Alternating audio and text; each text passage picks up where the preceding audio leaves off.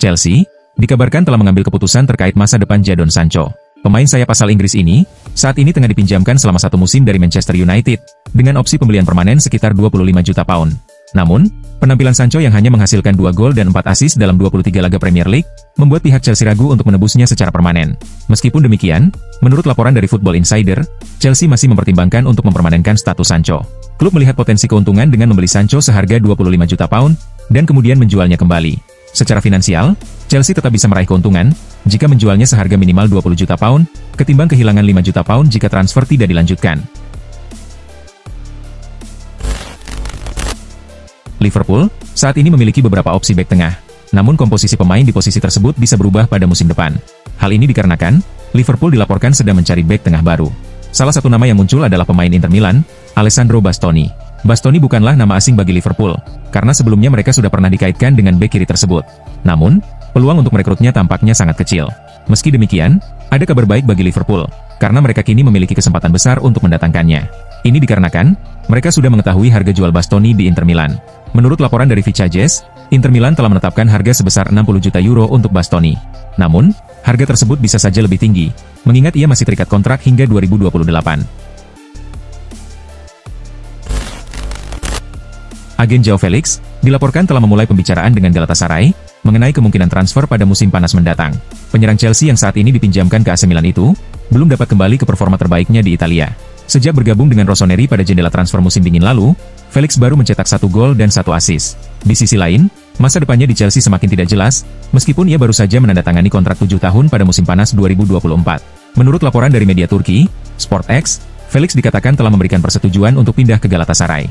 Jorge Mendes, agen Felix, bahkan sudah memberitahu Chelsea mengenai keinginan kliennya untuk bergabung dengan klub besar Super League tersebut.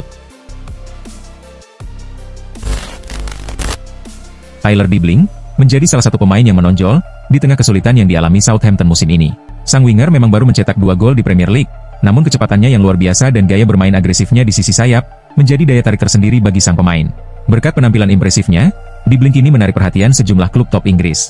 Salah satu klub yang dikabarkan tertarik mendatangkannya adalah Manchester United. Namun, mereka bukan satu-satunya peminat. Manchester City, Tottenham, dan Newcastle juga dilaporkan memiliki ketertarikan yang serius terhadap Dibling. Meski banyak klub yang berminat, Southampton tidak berniat untuk melepas Dibling dengan harga yang murah. Menurut laporan dari Telegraph, klub telah menetapkan harga yang sangat tinggi untuk sang wonderkid.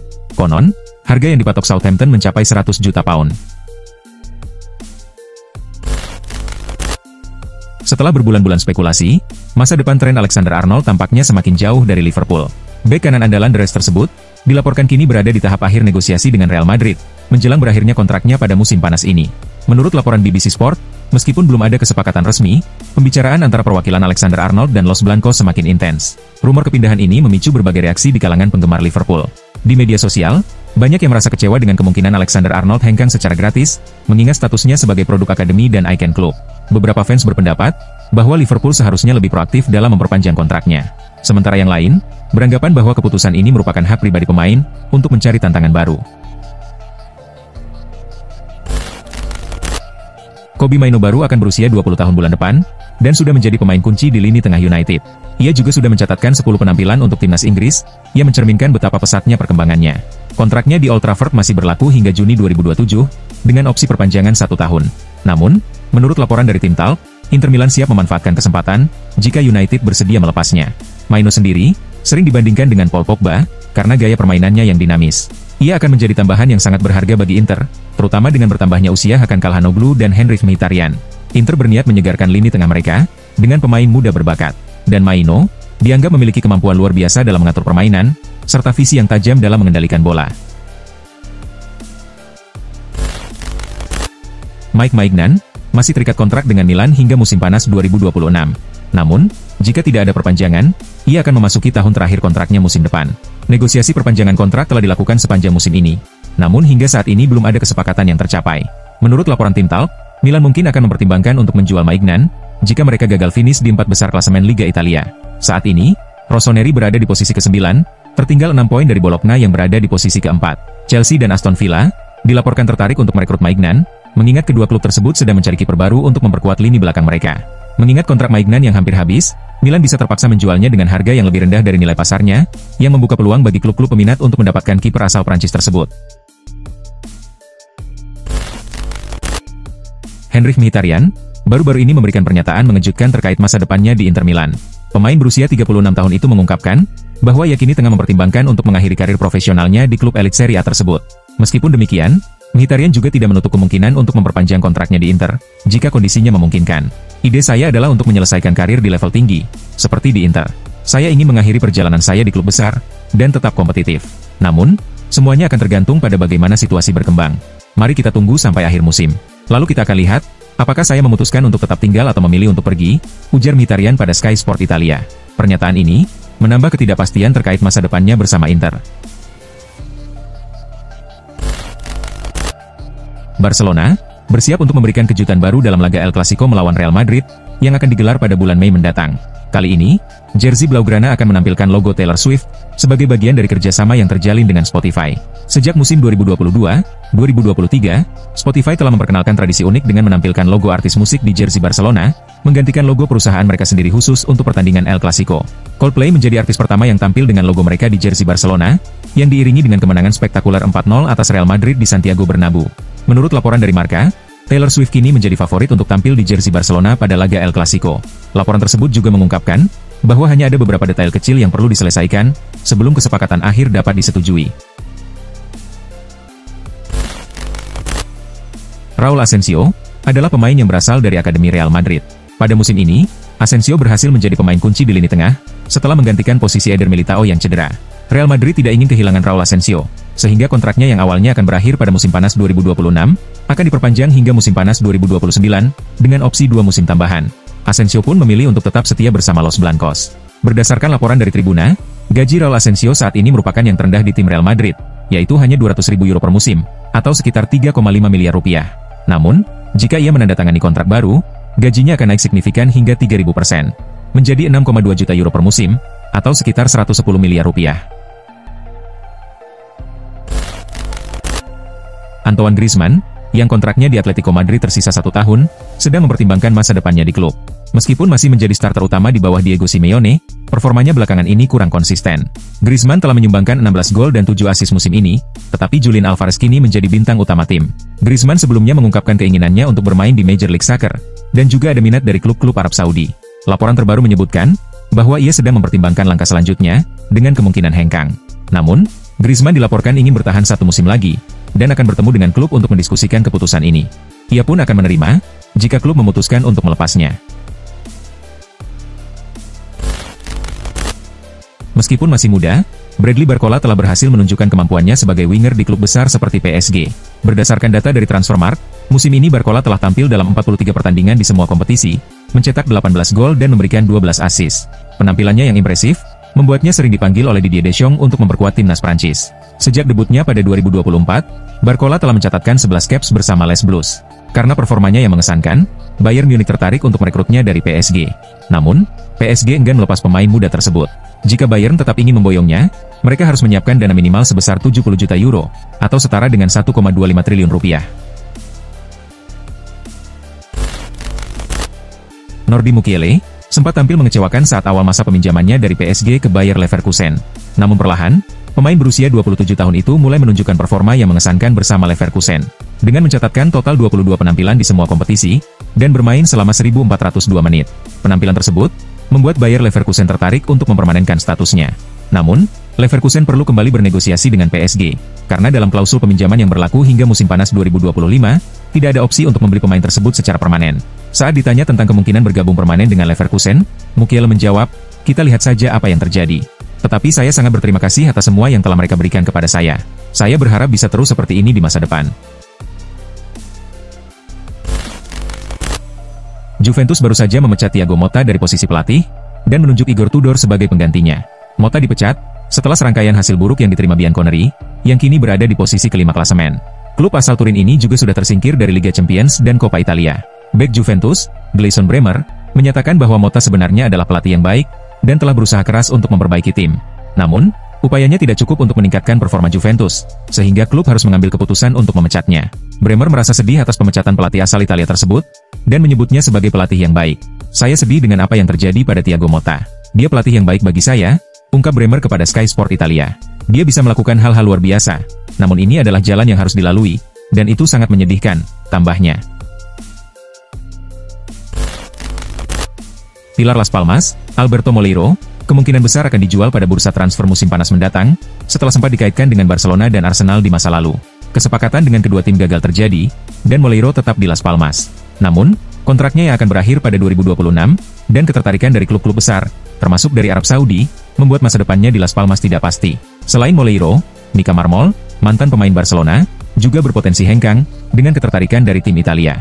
Las Palmas sedang mempertimbangkan untuk menjual keduanya, agar tidak kehilangan mereka secara gratis setelah kontraknya berakhir. Klub juga masih berjuang untuk menghindari degradasi, dan musim panas mendatang diperkirakan akan menjadi waktu sibuk bagi mereka. Di bawah kepelatihan Mikel Arteta, Arsenal berhasil meraih Piala FA pada musim 2019-2020. Selain itu, mereka juga 2 kali memenangkan Community Shield pada 2020 dan 2023. Pada musim ini, Arsenal gagal di Piala FA, setelah disingkirkan Manchester United lewat adu penalti di babak ketiga. Di Carabao Cup, mereka terhenti di semifinal oleh Newcastle United. Di Premier League, Arsenal saat ini berada di posisi kedua klasemen, namun tertinggal 12 poin dari Liverpool yang memimpin. Sehingga, peluang mereka untuk meraih gelar juara dianggap tipis. Liga Champions, menjadi kompetisi di mana Arsenal masih memiliki peluang meraih trofi musim ini, meski mereka harus menghadapi Real Madrid di perempat final. Meskipun begitu, kiper Arsenal, David Raya, tetap optimistis bahwa Arsenal akan segera kembali meraih gelar juara. Menurutnya, hanya soal waktu sampai Arsenal akan juara lagi. Bruno Fernandes telah menjadi salah satu pilar yang sangat penting dalam skuad Manchester United saat ini. Peran Fernandes sangat vital, baik dalam menyerang maupun mengatur permainan, sehingga tidak mengherankan jika ia menjadi salah satu pemain kunci di Old Trafford. Namun, meskipun penampilannya mengesankan, Fernandes tetap tidak luput dari kritik. Salah satunya datang dari mantan kapten MU, Roy Keane.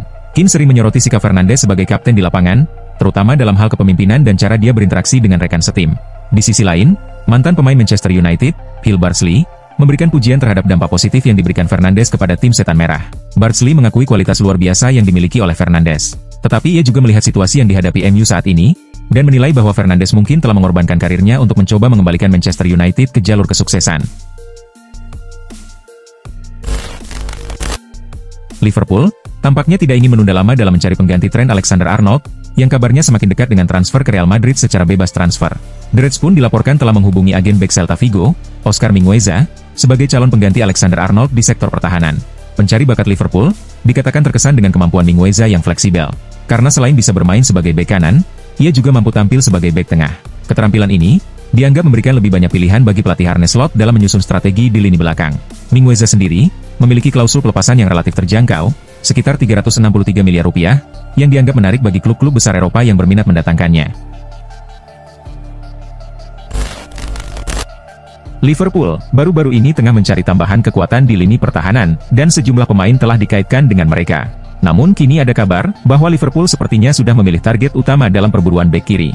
Mereka dikabarkan menginginkan jasa Milos Kerkez, dan telah meningkatkan usaha untuk mendatangkan bek asal Hungaria tersebut. Informasi ini disampaikan oleh Fitch Hughes, yang juga melaporkan bahwa Liverpool kini fokus untuk merekrut Kerkez, guna mengalahkan klub-klub lain yang juga mengincarnya.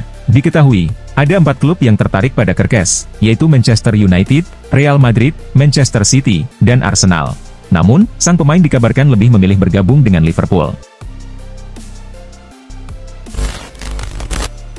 AC Milan dikabarkan tengah mempertimbangkan langkah mengejutkan di bursa transfer musim panas ini, dengan mencoba untuk memboyong kembali Sandro Tonali dari Newcastle United. Kabar ini tentu saja mengejutkan banyak pihak, mengingat Tonali baru saja meninggalkan San Siro pada musim panas 2023 lalu, setelah berkarir cukup sukses di Milan. Namun, ketertarikan Milan pada gelandang andalannya tersebut, menunjukkan ambisi besar mereka untuk kembali bersaing di papan atas Liga Italia, serta memperkuat lini tengah mereka yang saat ini membutuhkan sentuhan kualitas. Namun, AC Milan tampaknya tidak akan sendirian dalam perburuan Tonali. Sebab, ada beberapa klub besar Eropa lainnya yang juga tertarik untuk mendapatkan jasanya. Persaingan ini tentu akan membuat Milan bekerja keras untuk mendapatkan tanda tangan Tonali. Dorival Junior baru saja ditunjuk sebagai pelatih kepala timnas Brasil pada tahun 2024. Namun, sejauh ini performa Brasil di bawah kepemimpinannya belum menunjukkan konsistensi. Terbaru, mereka mengalami kekalahan telak 4-1 melawan timnas Argentina dalam ajang kualifikasi Piala Dunia 2026 zona CONMEBOL. Globo Esport melaporkan bahwa posisi Dorival kini terancam. CBF dilaporkan sedang mempertimbangkan kemungkinan untuk memecatnya. Menurut laporan tersebut, CBF sudah memiliki kandidat yang dianggap ideal untuk menggantikan Dorival, yakni pelatih Carlo Ancelotti. Ancelotti dianggap sebagai sosok yang tepat untuk menangani Brasil, mengingat rekam jejaknya yang luar biasa, dengan berbagai trofi bergengsi telah diraihnya sepanjang karirnya. Oleh karena itu, CBF dikabarkan akan berusaha meyakinkan Ancelotti untuk menerima tawaran melatih Brasil. Barcelona berhasil meraih kemenangan telak 3-0 atas Osasuna, dalam laga tunda Jornada 27 La Liga yang berlangsung di Estadi Olympique Luis Companys. 3 gol kemenangan Barcelona, tercipta melalui aksi Ferran Torres, dan penalti yang dieksekusi oleh Dani Olmo pada babak pertama, serta sundulan Robert Lewandowski di babak kedua. Dengan hasil ini, Barcelona kini memimpin klasemen dengan 63 poin, unggul 3 poin dari Real Madrid yang berada di posisi kedua. Sementara itu, Osasuna berada di peringkat ke-14 dengan 33 poin.